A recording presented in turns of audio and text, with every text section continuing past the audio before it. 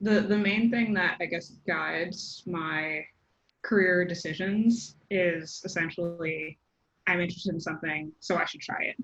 And in particular, it's like the try part, like don't like commit to a job that you don't know if you like.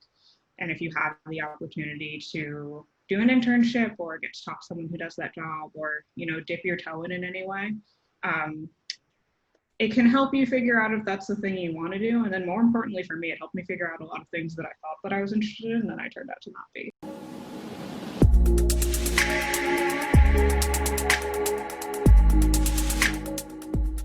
Hello, everyone. Thank you for tuning into the podcast this week.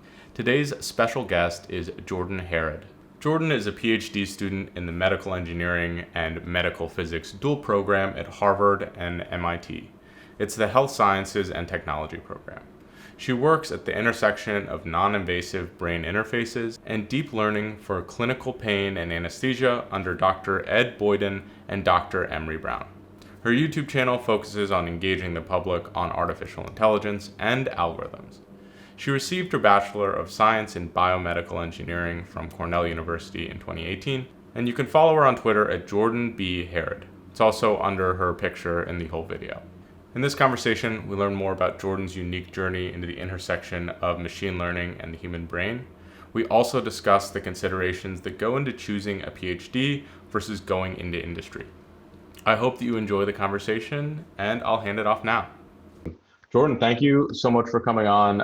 You have such an awesome and fairly unique background in terms of content creators, where you're speaking about the intersection of ML and medicine or medical devices.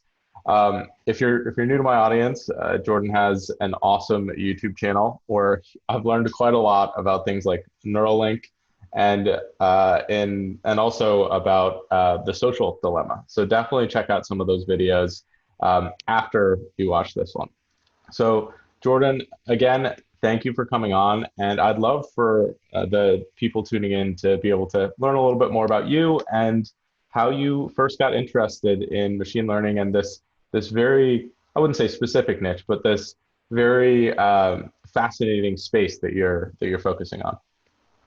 Yeah, thank you so much for having me. I think I've done everything that can be fit under the umbrella of biomedical engineering by now. So I definitely didn't start in ML. In fact, I started in environmental engineering. I was lucky to be able to get to do research in high school through a program that my high school ran. And then I moved into biomaterials for teeth, actually. I was interested in creating ligaments that could basically fix your teeth when you didn't brush your teeth enough. Once I got to Cornell, when I did my undergrad, I was interested more in sports medicine. So I've been in athletics for most of my life. And I really wanted to get into intervertebral disc engineering because I have a partially herniated disc in my back. So I thought it would be cool if I could solve that for other people, but also hopefully for myself. And luckily for me, I worked with a grad student in that lab who realized fairly early on that I didn't particularly like culturing cells, but I did like analyzing data. So I started doing more programming-based projects. I started looking at more micro CT data, and I wanted to explore it a little bit more. So I actually interned at Novartis in clinical data analytics for a summer, which was super interesting, but definitely made me realize that I was more interested in doing research in the academic sense than necessarily getting kind of an entry-level software engineering kind of job at a place like a pharmaceutical company. And then by the time I got to my senior year, I was also lucky to get to work at Stanford for a summer, which is where this jacket comes from. And I had no experience in machine learning at that point. And so a week before I was supposed to go, I got an email from the program saying that I didn't match with the project and it was on machine learning. And I emailed them back and I was like, I don't do machine learning work. I've never done it before. And they were like, oh yeah, you should probably learn it in the next week or so. So I took everyone's favorite Coursera course on machine learning and started working on that project while I was at Stanford, and was actually able to get I guess it's called a conference paper at a NeurIPS workshop, which was super cool. As my first kind of research experience in machine learning. And after that summer, I wasn't sure if I was going to keep doing it, but I took a class on neural engineering and kind of figured out that neural engineering was really the space that I wanted to be in, a place where I could still design devices. I'd taken some device design classes as an undergrad, still get to work with the biology and the medicine, and also get to do things like machine learning.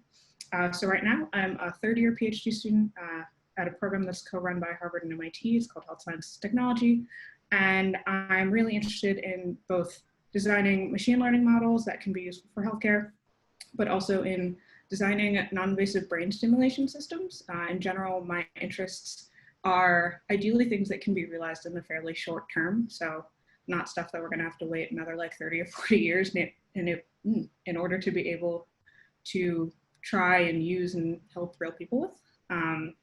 And yeah, that's what I work on now. And it's super interesting. And it also kind of led me to get more interested in the intersection of people and AI, because especially when you're looking at healthcare, that's something that can like really have an impact on people's lives. And as I started getting more into that, I wanted to do more communication around that and science communication. So I started a YouTube channel right before I started my PhD, which was fantastic timing because I clearly had so much free time coming up. So yeah, it's been 2 years. I still love making videos. The channel has definitely done way better than I thought it would. And I get to spend my days working on super interesting medicine stuff and then come home and read and talk about lots of interesting AI stuff. That is so cool. And there's a couple things for the viewers I really want to highlight about your story that I love. It seems like your career progression, your educational progression was a series of a lot of kind of small pivots that were all really related. And they were all focused on your interests, but also what you're good at. And I think a lot of people believe that with any of these technical careers, you're like jumping all the way in. You have to know exactly what you want. You have to know where you're going to be in 5-10 years. I'm going to be working as senior data scientist at XYZ company, and that's really not the case. It's a constant exploration. You're constantly, especially when you're in school, you're taking new courses and saying, okay, I really like this. Maybe I'll invest more time here. And I would hope that a lot of your pivots weren't necessarily that high risk, right? You're spending a summer, you're spending a little bit of time learning, you're taking a course. But if you're really thinking about it, yes, maybe you couldn't have taken another course. But in the scope of things, that little, that very small risk you took could pay off in terms of finding a lot of interest in something, or finding something new to research, or finding a topic for a new YouTube video, whatever that might be. So, again, I love your story. I think that is just that realization, and for people watching, that it doesn't have to be very clear cut. It was all directed, but it wasn't necessarily like completely premeditated. Yeah. I will also say, so my dad's an oral surgeon, so he would have been really stoked on your tooth research. Yeah, no, I feel like the main thing that I guess guides my career decisions is essentially I'm interested in something, so I should try it. And in particular, it's like the try part, like don't like commit to a job that you don't know if you like. And if you have the opportunity to do an internship or get to talk to someone who does that job, or, dip your toe in any way, it can help you figure out if that's the thing you want to do. And then more importantly for me, it helped me figure out a lot of things that I thought that I was interested in that I turned out to not be. So Novartis was great because I thought that I was going to get a bachelor's degree and then go in pharma. And then I worked in pharma and I did not like it. And so then I had to go back and be like, okay, well, I do this research in a lab and I like research. So like maybe academia is the correct route. And even now people ask me what I want to do post PhD. I'm like, the honest answer is I don't know. I think that I'm hoping to intern while I'm in my PhD program, and my advisors are cool with that. So I'd like to explore some potential careers while I'm here. But I don't think you need to know exactly what you're going to be doing in like 5 to 10 years, as long as you're exploring different paths that might be interesting to you. Awesome. And I think that, if you're interested in something and you're good at it, you're willing to put in the time, the opportunities kind of start presenting themselves, which I think is really interesting, is that, hey, I wouldn't necessarily say I'm like good at YouTube or anything, but at the same time, the more videos I create, the more of a story I tell there, the more opportunities come that are related to that space. One thing I'm really curious about is how you go about getting over the apprehension of going one of these different directions, like trying one of these new things. For example, you were told, hey, like learn machine learning or like the basics of it in a week. Um, how do you get past the like, oh my goodness, this is so much, and just start getting kind of into one of those things? Yeah, I think that off the bat, I'm usually applying to like more than one thing at the same time just to give myself a little bit of room in case I'm presented with an opportunity that maybe doesn't mesh with what I actually want to do. So in the case of that summer program, it wasn't the only summer program I'd applied to. It wasn't the only summer program that I got into. And so I knew going in that I might be matched with a project that wasn't necessarily in line with my background, and was fairly comfortable with the idea of learning new things because on some level that's the point of summer research programs for undergrads. It's to help you diversify your skill set a little bit. I think that in terms of actually sitting there and like looking at the mountain of information that you need to consume in order to start working on a summer project or make a video on a topic that you're not necessarily super familiar with, the thing that helps me is, well, two things. One is finding kind of the learning style that works well for me. I know that I don't enjoy lectures. Like, I don't tend to get anything out of lectures. That might be my ADHD. I don't know. In the same way. But yeah, but if there's, a way that I can solve out problems, if there's a way that I can be more engaged while learning a topic, then that helps a lot. And then the other thing is to break things down into reasonable goals, but then also to figure out like how much of this information you actually need to know and how much of it you can like reasonably get done in a certain period of time. And so for me, there are some times when if I'm starting a new project that requires expertise in an area that I don't have, I'm not necessarily going to learn the whole field.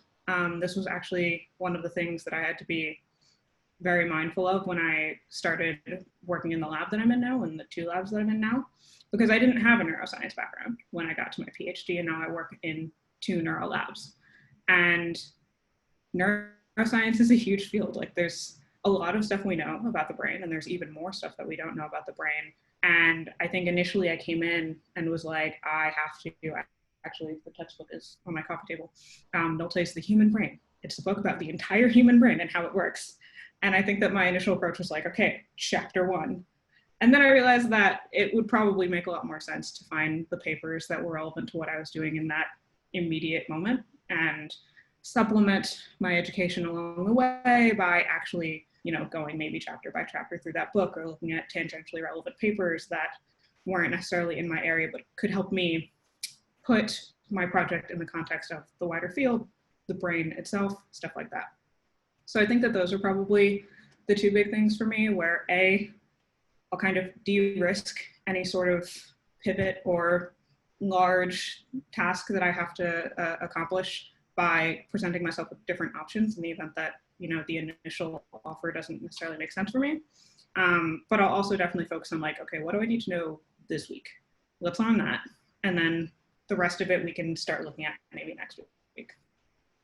Awesome. I love that. I think that that's a very common problem a lot of people have when they're facing just breaking in or learning the field of data science, is that they don't realize that zoning in on a project or a use case makes the feature space of all you have to learn so much smaller, and it makes it so much more manageable. And with data science, you're trying to solve individual problems. You're not trying to solve some like macro things. Like the toolkit, the machine learning toolkit, whatever that might be, is a means to an end. And treating it as such as saying, hey, what exactly do I need to solve this? Or can't really solve data science problems, but to like to optimize or to improve the outcomes here for this specific problem. If we narrow it down, we can actually begin working on making something useful, which is the whole point of the whole thing to begin with. There's no point in um, focusing on learning a bunch of regression techniques when you're solving a classification problem. And I really like how you can kind of encapsulate that in your story as well.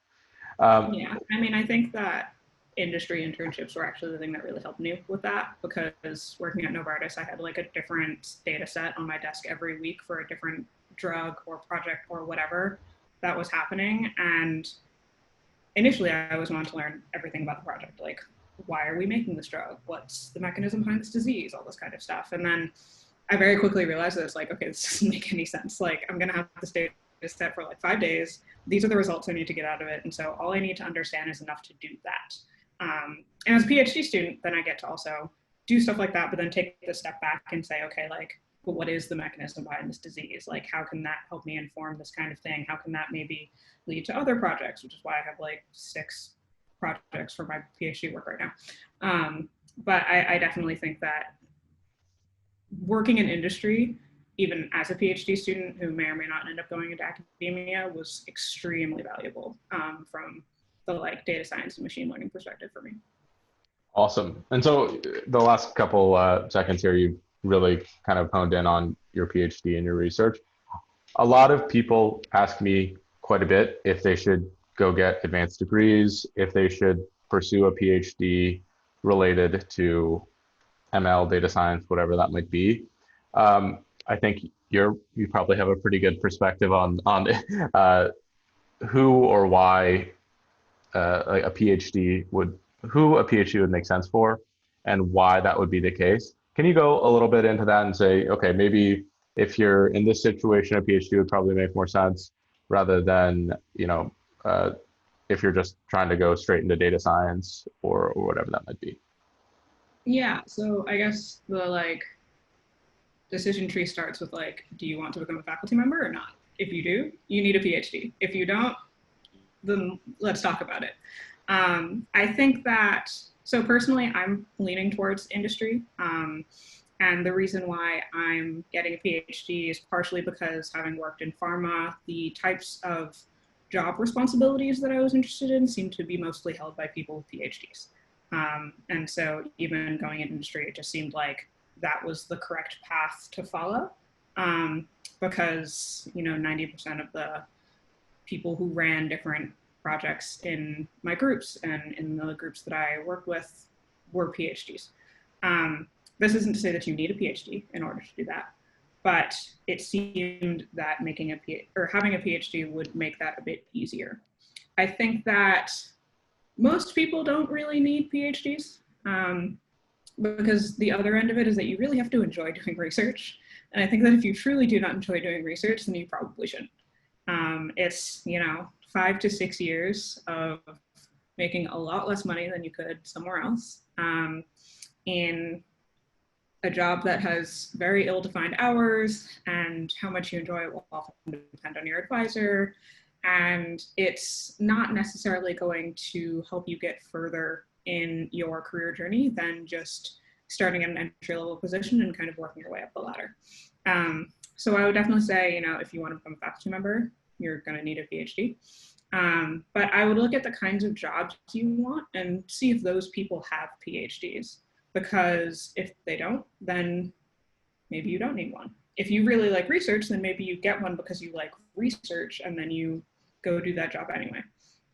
But if they don't have PhDs and you're not particularly interested in doing research, then maybe find out where they started in their career journeys and figure out how you can get similar opportunities. Very cool. And I think something that would be really helpful for everyone watching would be if we just define what research is versus what traditional data science work would be. Do you think you could help me out with that? Yeah, so I would say that research tends to be more open-ended. There's usually a fundamental question that you're trying to answer in some way, and different methods might be created out of doing that.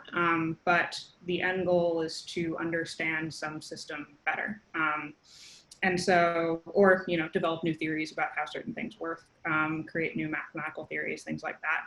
So I think that the scope of the problem that you're trying to deal with in research tends to be a lot broader. On the other hand, if you're looking at, I guess, traditional data science, I would say the scope tends to be a lot narrower. You kind of know what the thing is that you want to do, and there may be multiple ways of solving it. But you're not necessarily interested in what lies beyond that question or that task, which is fine. There are different kinds of problems. But it's a lot more focused and narrow in scope. And you're a little bit less concerned with maybe the underlying theory or something like that, unless it's a means to some sort of practical end. Very cool. I think this might be a bit of an oversimplification, but a lot of times I think of it like research is focusing on building new tools or improving the tools we use. And like data science in practice is more focused on applying those tools that other people have built. I mean, again, when you're looking in a specific domain, that doesn't quite work as well. But if you're talking about if I was doing data science research, which is usually just a PhD in computer science, and I'm trying to find new algorithms that are slightly more efficient. Yeah. I think that is generally what the use case is. But I kind of see it as like applied ML versus ML theory. Like applied ML is usually more the data science side. ML theory is usually more the like researchy side. Oh yeah. Oh yeah. I slightly lean towards the applied because Same. I mean, the basic science questions that I'm interested in are like mostly biological basic science questions, and then I'm interested in applying ML to it. ML theory, I've taken like math theory classes during my PhD, and they still hurt my brain. Well, my undergraduate math theory classes hurt my brain, so I think that I'll be staying on the applied side for the foreseeable future. So, I would love to hear about some of the research that you're currently working on. The ones that you can talk about. I know that there is some sensitivity around that. So I think, again, for me, that would be really interesting, and also for everyone watching. Yeah, definitely. I guess I'll start by saying that the sensitivity comes from the fact that most of my work is unpublished. One of the fun things about working on 6 different projects at once is that you get to have your hands in a lot of different pots at the same time, but the downside is that everything moves a little bit slower because your collective effort is spread thinner. And so there's a lot of cool stuff that I work on that isn't necessarily something that I can talk about publicly. In general, what I'm interested in is brain stimulation and machine learning for anesthesia. And so I'm in 2 labs, one that focuses on the neural methods side more. So we develop new methods, new devices that can interact with the brain in different ways. And then my other lab is a lot more focused on both anesthesia, but also understanding the brain from kind of a statistics perspective. And so between the 2 labs, essentially one of my labs developed a method of non-invasive brain stimulation called temporal interference. The short version is that it relies on overlapping 2 electric fields so that the high frequency of the 2 electric fields does not activate the neurons in your brain, but where they overlap, there's a small difference, and that low frequency does activate neurons in that area. And it's a really interesting system because in theory, you could then just place electrodes on someone's head and be able to reach deep brain regions without having to actually like implant anything, which would be super nice. And the realities of that system are a little bit more nebulous because it gets into like, how do electric fields work in your brain and how does your brain Elon Musk. yeah, no, that's why the Neuralink video was super interesting to me because I was like, I do these things, and yeah, it gets a lot more complicated. But it lets me play with and develop new devices for brain simulation, which is super interesting. And then kind of on the pain and anesthesia side, we're interested in better understanding kind of how pain works and how anesthesia works and how things like consciousness work, and how you can modulate them in different ways. And so that might be via a device like the temporal interference system, that might be through traditional deep brain stimulation where we just like implant electrodes in different places. But in general, we're interested in figuring out like how targeting different parts of the brain relates to things like pain, consciousness, and the symptoms, I guess you would say, associated with anesthesia. And then on top of that, we're also interested in like closed loop control of anesthesia systems. So there's a lot of work in my lab that focuses on that. And some of the ways that we do that include machine learning. And then I also work on a few machine learning projects that are focused on other projects in my lab that I also can't talk too much about because they are hush hush for now until we hopefully get stuff published later this year. So how do you get involved in these projects to begin with? What does that first conversation look like? What is that? I guess I'm completely in the dark about that whole process. So any light you could shed there would be really cool. Yeah, so I guess I can start by kind of explaining how you get into labs a little bit. So the way that my program works is that we do rotations. And so what that basically lets you do is try different labs out for a little bit and see whether or not you like the work and you like the people and you like the PI. And I really wanted that when I was applying to PhD programs, because when I was applying, I was like, I know that I want to do ECS for medicine, but like past that, I had no specific thing that I wanted to work on. And so I ended up actually rotating separately in each of the 2 labs that I ended up joining. And then there ended up being a project in the middle that they had been interested in doing for a while, but they just didn't have a grad student for. And so that's kind of where I came in. How you end up doing a bunch of other projects in your labs often depends on the advisor a little bit. So sometimes your advisor will kind of place you on additional projects. I think in my labs, it tends to be that some people come in with skill sets that aren't common in the lab. And so for me, that's machine learning. Not a lot of people in my labs do machine learning work. And when it became apparent that there was a machine learning person in the lab, I started getting a lot of emails from other people in the lab who had data sets that they thought might be interesting to analyze from that perspective. Some of it also just comes from brainstorming things with, your advisors. So I meet with my advisors every other week-ish, and there have been conversations that have led to new ideas that have turned into projects. So it can come from a bunch of different perspectives, and you also don't necessarily have to have extra projects. I would say that I have more projects that I lead than the average PhD student does, but most people have, their main project and then like 1 or 2 things they kind of help out with around the lab. So it definitely depends a little bit, but yeah, there's a lot of different ways that you can get involved in stuff. Sometimes outside collaborators will reach out and be interested in applying some device you develop or something like that. We have probably once a week, I have meetings with one of my advisors where somebody emailed him and then he CC'd me on the reply and was like, yeah, we should talk about this. And I'm like, I don't need another project for my PhD, but okay. And sometimes new projects are born out of stuff like that. So it tends to be, I think, fairly organic in most cases. It's a conversation that you had that leads to a thing, but sometimes it's also like a more intentional thing where someone comes up to you and is like, we have this data and we want this out of it.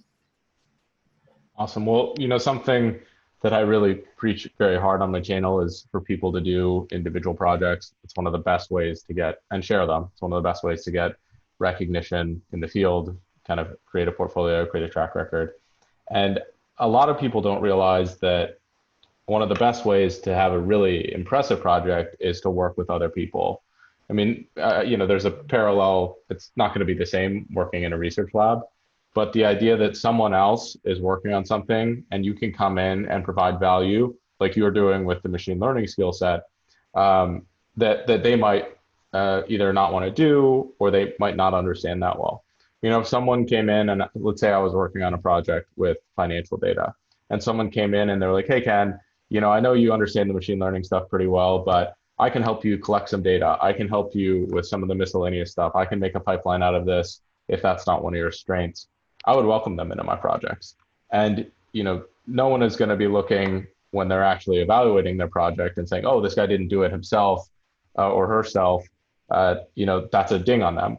No, in the job market, that's a huge positive because working with other people is not something that you see a lot in just normal GitHub portfolios for data science positions. It's all self-driven. So I think people can learn a lot from just how you have integrated with research. Granted, there's a bit more of a structure around it there, but there's still a tremendous amount of parallels with that and with just a general data science project, kind of run of the mill that someone's doing in their you know, in their bedroom at 2 a.m. in the morning. But um, so, you know, I'd love to shift gears a little bit and start talking about YouTube and the content side.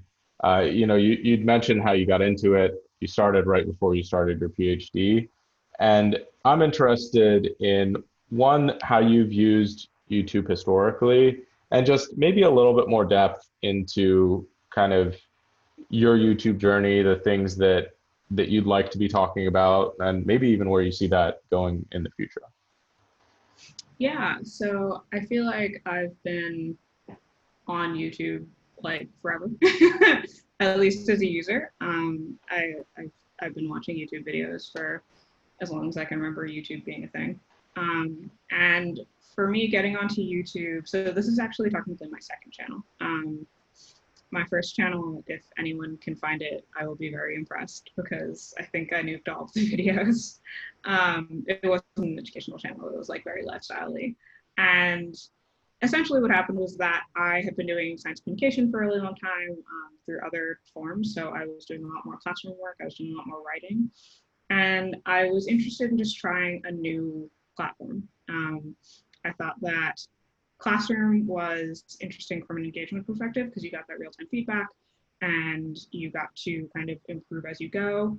But there's only so many kids you can fit in a classroom. And also past a certain point, you can't really make things interactive anymore because there's too many people. And so I was looking for something that could ideally reach a wider audience. At the same time, I had been doing a lot of writing and had been a little bit, I guess, disenchanted by science writing because, you know, you start to see all those articles where it was like, people only read the first 3 sentences of anything you write. And that just, you know, I loved doing the writing, but on some level it was like, I want to like create something that people will find more engaging than just relying on them to finish reading an article. And so YouTube seemed like the platform for that. I've been watching like crash course videos, getting me through high school bio and stuff like that since I was like 14. So it was clearly a place where you could do something like that. And I was also at the same time, because I had started getting into machine learning work, I was getting more into like, how do these systems actually affect us as people? And so I thought that having a YouTube channel would be a great way of helping me learn more about the field by forcing me to make videos on it where I had to explain it to other people, and helping me become a better communicator and explore kind of a new platform. And so it definitely started as a hobby. Like I actually refused to tell like anyone I knew that I was making videos for like the first 6 months. And I still have this thing where, you know, I have a video that like currently has like 150,000 views, and like that doesn't bother me, but like one of my best friends being like, yeah, I watched your videos, like, oh no. Oh no, why? So like I definitely started as a hobby, thought that it was just gonna be a fun thing that I did on the side. And in the past 2 years, it's, you know, grown more than I ever imagined it would be, and has essentially, I mean, fully turned into a business. I have like an LLC that is associated with the channel and all of my non-PhD stuff. That's awesome. Yeah, it was mostly for like intellectual property reasons, but also for liability reasons, because with PhD stuff, like everything I do is owned by MIT. And so I want to make sure that like there was a clear delineation in the event that like something happened with YouTube, or maybe I developed something on the side where I could be like, this is not MIT's, like this is mine, and it has nothing to do with my PhD work. And at the same time, I was also starting to sign contracts as a YouTuber, and so I didn't really want to sign them as like me, the individual. I wanted to sign them as like a business that you can only sue so much if something were to ever happen, which I hope it doesn't, but just in case. So yeah, so I started the LLC actually right before I signed with my agency Standard. And that's been a great experience so far to kind of have this side small business that I now run, which has been really cool. And in terms of videos, so my channel was originally called Everyday AI because I was planning on having it fully focused on like just artificial intelligence. And I ended up changing the channel name either late last year or early this year. Time is like a flat circle right now. because I realized that I wanted to talk about things that weren't necessarily AI, but kind of fell in the realm of like AI algorithms, kind of interesting new tech. Um, and that so far has been a good fit for me. Nice. It Well, lets I'm me, definitely I knew enjoying the that, videos. So thanks. It was mostly, I knew that like no one would care. Like if the channel name was like Everyday AI, and I was like making videos that weren't necessarily on AI, but I personally felt restricted by it. So I changed it and it's been fine so far. And I think I had a lot of interesting video ideas for this year that obviously aren't happening because they required me to like go and interact in close quarters with other people. But I'm hoping to actually do more like offsite, I guess, videos that aren't me talking in my apartment at my desk, but are me like going out to places like Boston Dynamics, which is like a half hour from where I live, or you know maybe going out to California and talking to people in Silicon Valley or something like that. So hopefully I'll be able to do more stuff like that, get other people involved in my videos, showcase really interesting work that other people are doing. But yeah, that's what I'd like to do going forward. I think that I don't want to dream too big because at the end of the day, I'm still a full-time PhD student. And so like, this is never going to be a thing that I with 6 do. projects. Yeah, exactly. And also I run like 3 student groups. So this is never going to be a thing that I do like full-time for the next 4 years. Hopefully 3, probably 4 years. So I don't want to come up with these projects that become a problem for the rest of the things that I do. But long term, I think it would definitely be cool to do some more ambitious stuff. And luckily, I have the backing of my agency and our streaming platform, Nebula, which actually lets us do kind of more original, big budget content that I certainly wouldn't be able to afford otherwise. So maybe something will come of that.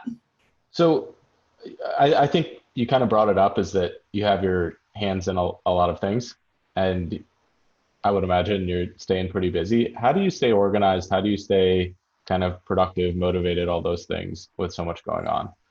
I Yeah. got that. No, I guess motivation is always an interesting question for me as someone with ADHD because like motivation is like super unreliable for me. I And so I think agree. a lot of it is a lot of it is like setting up structures that will create discipline if I'm not motivated to do things. So for research, a lot of that actually relies on like having projects that are interesting, so I am motivated to do it. So I am motivated to like get up in the morning and like want to work on this because I want to answer a question or solve a problem or something. But also like meeting with my advisor at a frequency that forces me to get work done.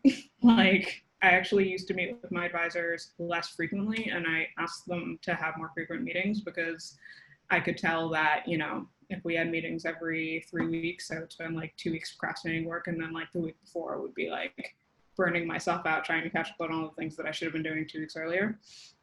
So having kind of external structures to help me with that has definitely been really important. In terms of organization, I think, you know, like a lot of other people, like Google Calendar, like having things that I can just look at and be like, this is what you need to do today, just like check these things off is probably a big part of it. So like Todoist and Google Calendar are probably my 2 big things right now. But outside of that, you know, on some level, because I've always done a billion things, I don't have a good answer as to how I balance all of it. A lot of the time, it just kind of happens. But I can definitely tell when I reach a point where there's too many things going on. And so that's usually the point at which I have to be a little more conscious about like, of all the things that I'm doing, which of these things do I actually need to do? Which of these things can maybe be like delegated, or which of these things do I maybe not do next year and stuff like that. So I think it's always a balancing act. But having external structures that kind of keep me on track are the big things for me. Awesome. Well, I could not agree more. I think with your advisors, the accountability is something that has really helped me. I'm kind of experimenting with an accountability partner right now. We'll see how if that ends up working, if I'm able to do a lot more. But you also find that people who have a lot on their plate who are doing a lot more seem to just get a lot more done because you don't have that time to kind of spin your gears. I mean, so someone with, for example, a family who picks up a master's degree, it seems like they have more time in the day just because like you have to out of necessity, Mhm. like put it all together. Which is, something I think we all struggle. Like I'm struggling with that a little bit right now. I've more free time than I've had in the past. And I'm like, well, how do I, should I just make myself do more stuff to be able to to feel like I'm Yeah. using it more effectively? But No, I definitely, I think that that's one of the reasons why I do as many things as I do, because I know that if I give myself too much free time, my productivity, like net, will ultimately go down. And so giving myself different time pressures that are hopefully also things I enjoy doing can help with that. But there's also like, in your like campus mental health facility. Hold on. My no, mom's good. been calling me like 3 times. Um, in like your campus mental health facility, when there's that like stress graph where they're like, from here to here is good stress, and then from here to here is bad stress. Like there is a point at which you go on the other side of the hill, and it's like, okay, this is maybe too many things, and maybe there's a different system that you need to help you get through the day and help you get stuff done. Absolutely. Well, those are really all the questions I had for you today. I'd love to open the floor to you to talk about any of the initiatives you have going on, anything, any causes you care about, anything you'd really like to talk about. Yeah, I don't know if there are any like specific initiatives that come to mind off the top of my head. I mean, you can check out my channel. You can follow me on Twitter to see what I do when I'm not making YouTube videos, but also when I am making YouTube videos. You can, yeah, check out Nebula actually, which is our streaming platform where you can watch my videos ad free and also see like behind the scenes content. So like I do journal clubs every month there where I get to like get more in the technical weeds about papers, which I don't really do on my channel because my audience is usually more general population. And that's been really fun for me lately. So that's definitely something that if there are people interested in, I think tomorrow's video is like optical neural networks, like diving into the physics from that. So if people want to hear about that, then you can check that out. And that's probably it for me. Awesome. Well, I will provide all those links in the description. And when I wake up around the time of this video, I will pin them all in the first comment as well. So thank you so much again for allowing me to interview you. I had such a good time, and I think this will be so interesting for so many people. Yeah, no, hopefully people find it super interesting, and thanks for having me.